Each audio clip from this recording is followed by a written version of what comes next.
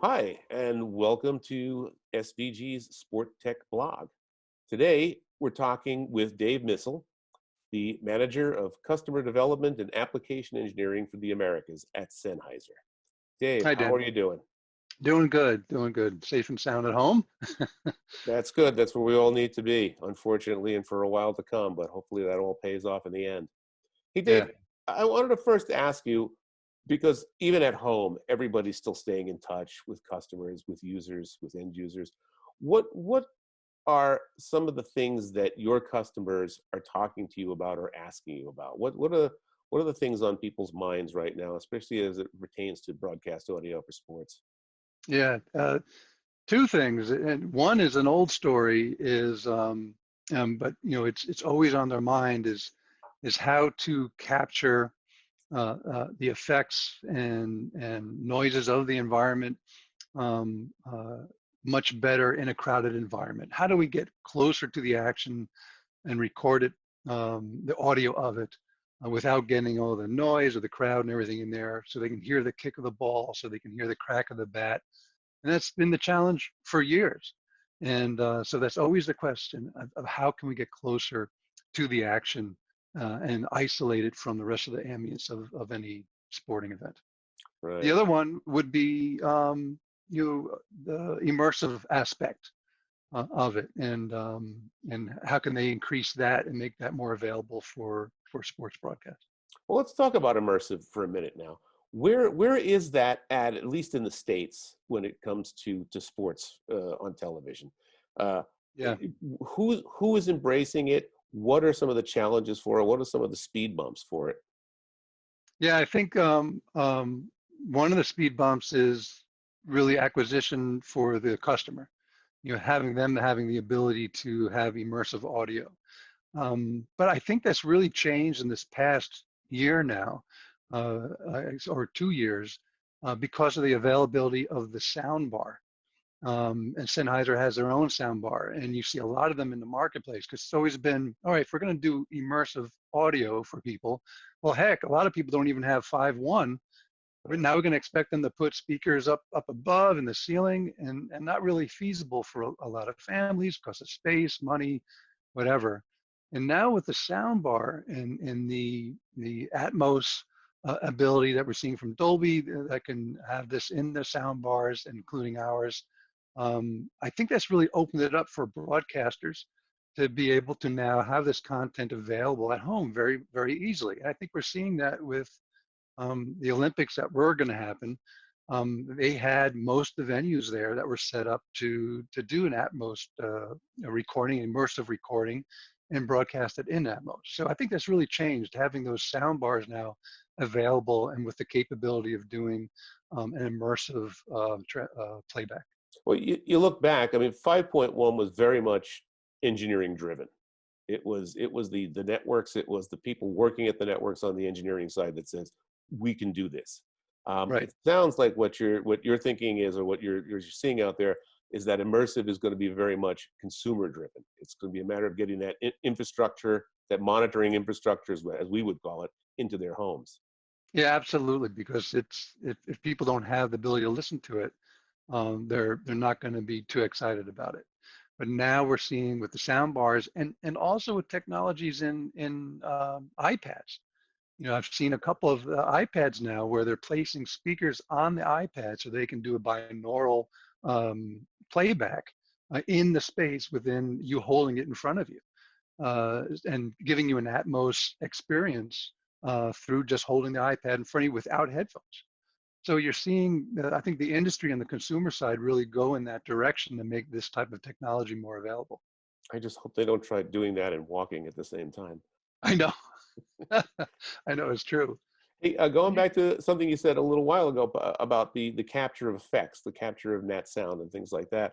Well, first off, let me quickly ask you, Brian Glasscock, your colleague, and I talked Yep. last year about a possible synergy between Sennheiser's AMBEO sports microphone system and Lawo's Kick ball tracking system. Can you bring Yes. us up to date on that? Yes, we're still collaborating with them. It's been a good synergy between both of us, and it's the combination of their tracking software with, we have a prototype of it's a array configuration of our shotgun microphones. And we did a couple of tests with them, and it worked out very well.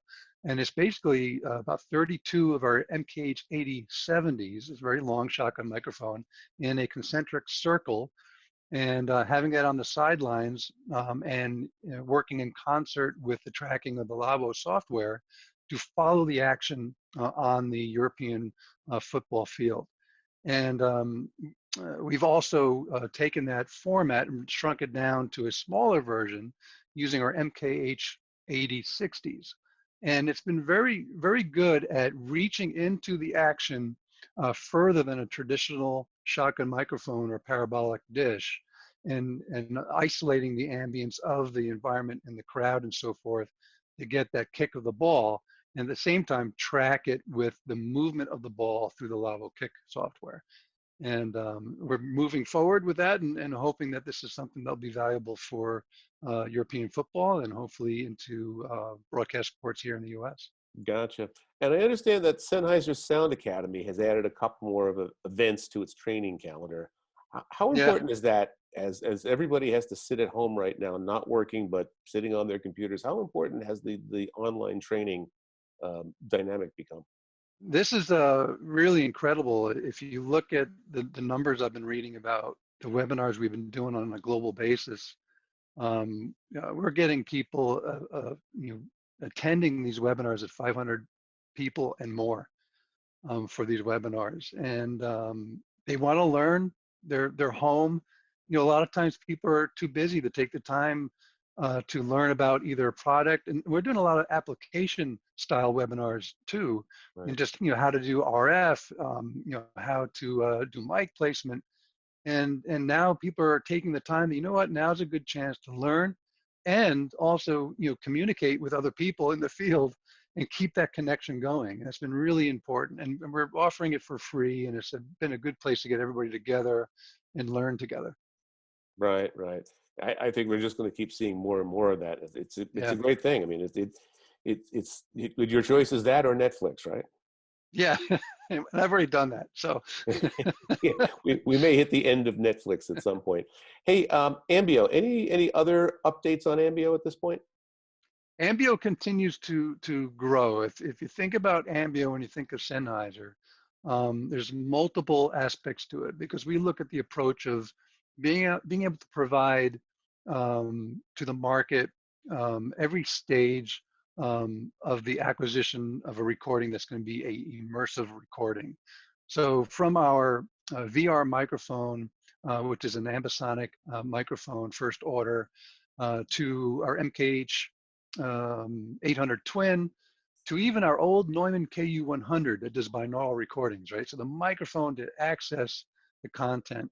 And we have multiple plugins that help you mix in binaural. And we actually acquired a company called Dear Reality, and they have virtual mixing software. So taking that ability and having tools for engineers in that respect, and then at the end, the speakers, the Neumann speakers for playback in immersive audio, or the soundbar for immersive audio. So our quest is to have a solution in every stage of immersive recording for the different markets out there. So Sennheiser's really building out the AMBEO infrastructure, the AMBEO ecosystem. Yeah, the Sennheiser brothers are really excited about the technology and how it can really enhance the experience from broadcast to music to even in cars. We have an application that works with automobile stereo systems, so you can create an immersive experience within the car. So And we're without very speakers. excited about it. And Yeah, without, yeah, well, without having as many speakers as you would need, but also for the higher end cars that have the speakers to be able to do it. Gotcha. Hey, Yeah. just to wrap up, Dave, any other projects, announcements, messaging that Sennheiser would like to get out to the community? Oh, just for everybody to stay safe out there, and Sennheiser's here for you. The webinars are all free, and we just want to keep everybody connected in the industry and in the pro audio industry. and we'll continue to support everybody as through this, and we will definitely all get through this and come out at the end. So thanks for having me, Dan. I really appreciate it. Dave, absolutely. Thanks for taking the time today. Stay My safe. pleasure. Ladies and You too. gentlemen, Dave Missall from Sennheiser.